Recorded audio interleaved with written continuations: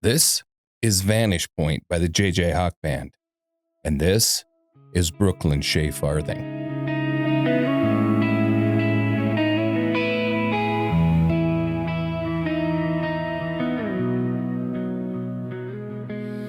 On the morning of June 21st, 2013, Brookelyn Farthing and her younger sister Paige drove together to take their driver's license tests. Brookelyn passed, Paige didn't. And from that moment forward, for the rest of that day, through the birthday party for their papa that evening, through the hugs and the food and the family laughter, that became the bit, the running family joke. Brooke had her license and Paige didn't. And you better believe she was going to milk that for everything that it was worth. You can hear it, can't you? The big sister grin, that particular tone only a sibling can deploy. That was Brookelyn Farthing. That's who I want to talk about tonight. Brookelyn Shae Farthing was born August the 26th, 1994 in Berea, Kentucky. A small, tight-knit town tucked into the foothills of the Appalachians, about 40 miles south of Lexington. It's the kind of place where rolling hills meet creek beds and the air on a summer evening carries the smell of grass and wood smoke. Brookelyn was the middle of three sisters, older sister Tasha, younger sister Paige, and she grew up in a home that was, by every account, full of noise and warmth, and the particular love that only sisters who are close in age can have for each other. Her mother Shelby was her confidant, the woman Brookelyn talked to about everything. Randy, her stepfather, had been in her life since she was 4 years old, and he was a steady, dependable presence. This was her world, and she fit into it completely. Her family describes her with two words that come up every single time without fail: spunky and tell it like it is. She was not a girl who sat on an opinion. If she had something to say, she said it, and people loved her for it because it came wrapped in that infectious, easy warmth that made you feel like she was already your friend before you'd finished introducing yourself. She had a big smile and a deep Kentucky drawl, pure Berea, pure country, and a laid-back energy that drew people in without her even trying.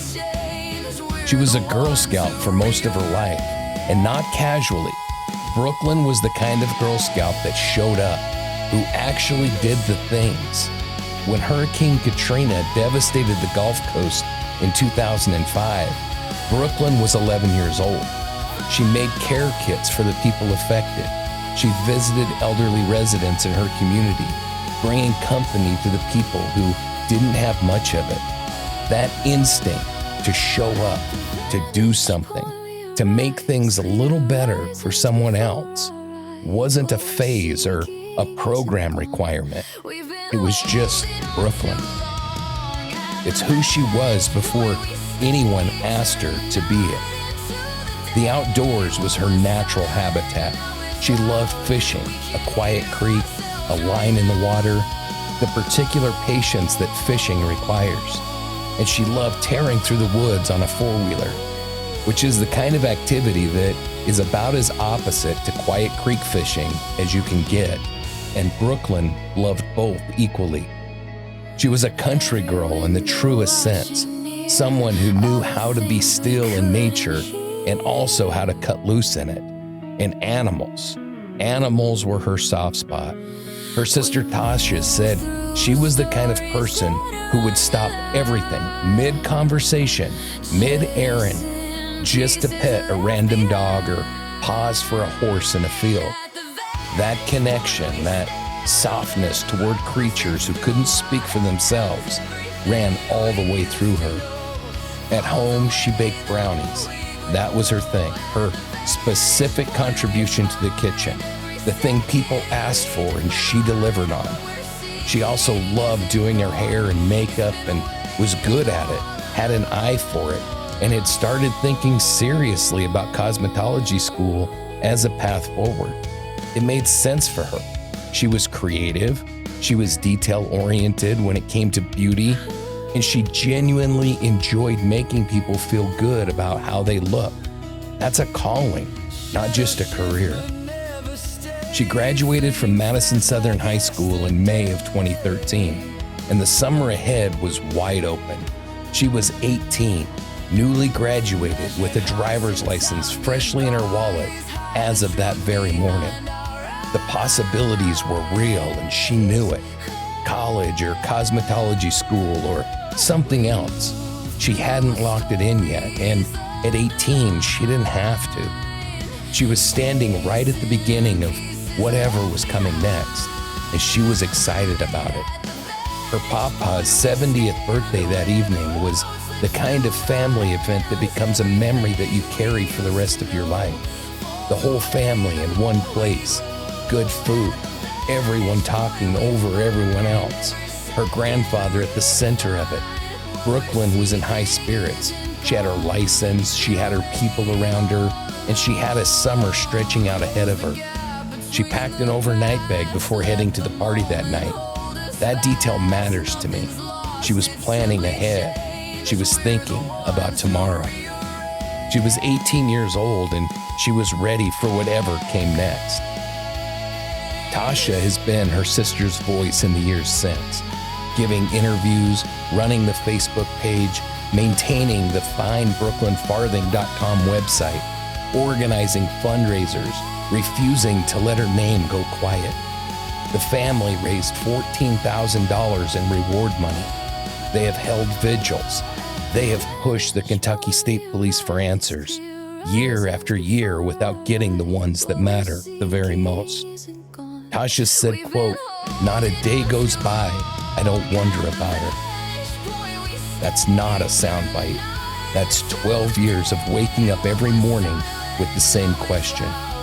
Paige, the younger sister, the one who didn't pass her test that morning, the one who was the butt of Brooklyn's teasing all day on the 21st, grew up in the shadow of this loss.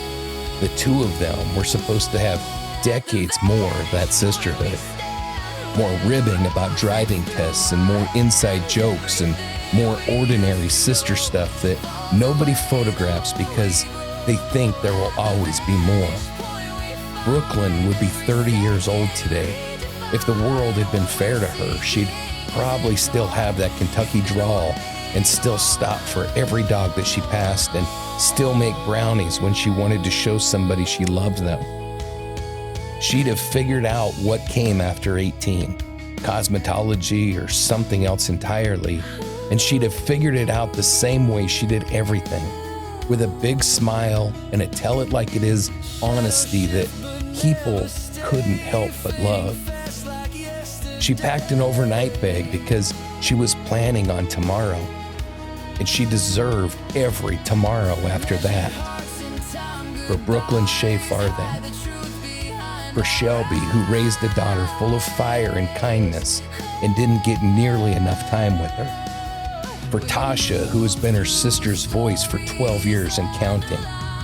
For Paige, who eventually passed that driving test and who has carried the weight of that last morning with her ever since. For Papa, whose 70th birthday was the last day the whole family had her. Brooklyn was 18 years old. She was spunky and tell-it-like-it-is, and she stopped for every dog she passed, and she baked brownies when she loved you. She is not forgotten. She deserved 30 and 40 and every year beyond. If you know something, anything, about what happened to Brooklyn Farthing, please contact the Kentucky State Police at 859-623-2404 or reach out to the Find Brooklyn Farthing Facebook page. Her family is still waiting. Someone out there knows something.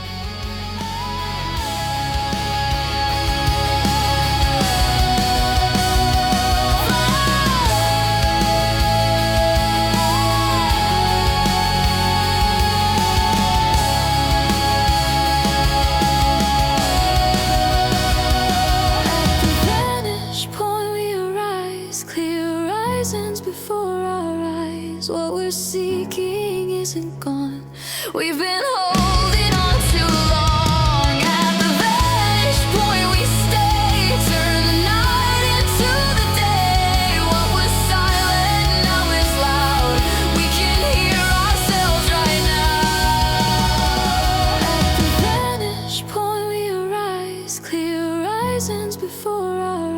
eyes, what we're seeking isn't gone. We've been holding on.